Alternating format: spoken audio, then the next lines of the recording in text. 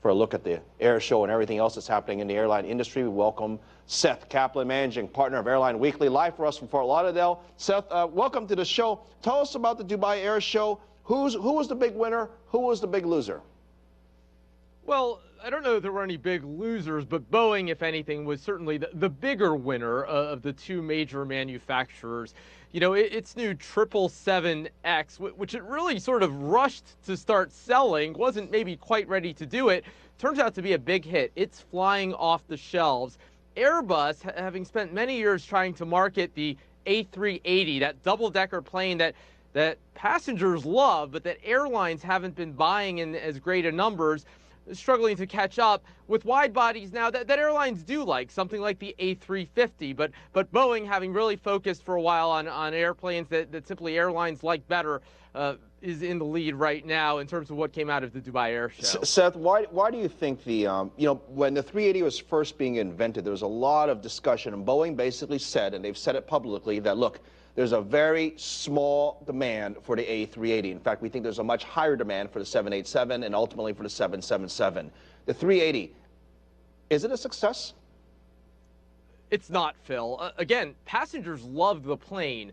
The problem is that, in this case, Boeing was really right.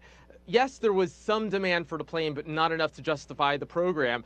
Back, by the way, when Airbus was first developing the A380, fuel prices were a lot lower than they are now. So in Airbus's defense, it was looking at an industry that was at the time growing much more rapidly than it is now. Growing not only in places like the Arabian Gulf, like China certainly, but even back then in Europe and North America. Well, then fuel got rather expensive, and that meant airlines needed higher fares in order to break even. And to get those, they simply had to fly less. They had to take supply out of the market.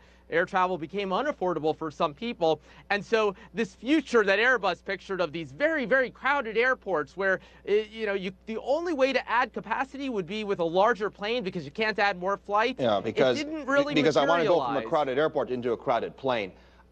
The 777X, okay, it's two engines, it's a wide body, 300-some passengers. The new one, what's the difference between the new XXX, or I should say, versus the old 777?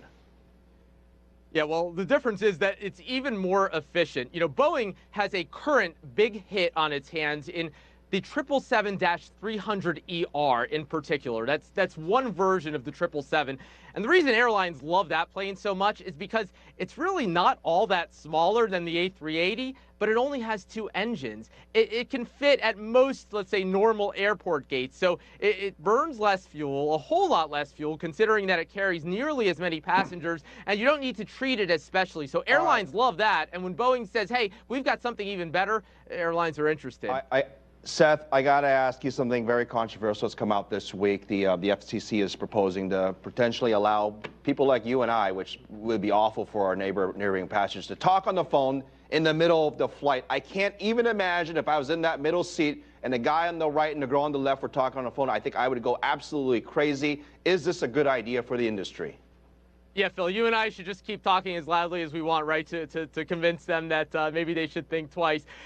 Look, it's clearly safe, and it's being done in some parts of the world. That's no longer a question. But, right, whether we want that woman at the supermarket line talking loudly behind us last night or that guy at the restaurant this afternoon sitting next to us on a long-haul flight, doing that is an entirely separate question. Well, something that airlines are going to take into standing in line in a grocery store, I can run away from some crazy. I'm sitting next. I am stuck in my seat belt because the flight attendant says I can't leave.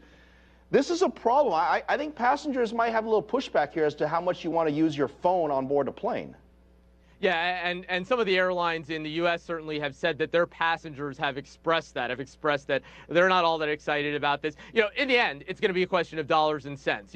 Charging for cell phone calls is going to be profitable, narrowly defined. But yes, is it going to turn off more people than it will attract? And are people going to flock to the airline that doesn't allow it and shift some share onto that airline? That's what we'll have to watch. Because if there's one thing I've learned, it's that sometimes you can't listen to what people say. You have to watch what they do. So let's see if people really hate this as much as they say they're going to. So somehow I think sales of those noise-canceling headphones they have that they sell probably will go up if this thing goes through. Seth Kaplan, have a great weekend joining us live from Florida. Thank you very much.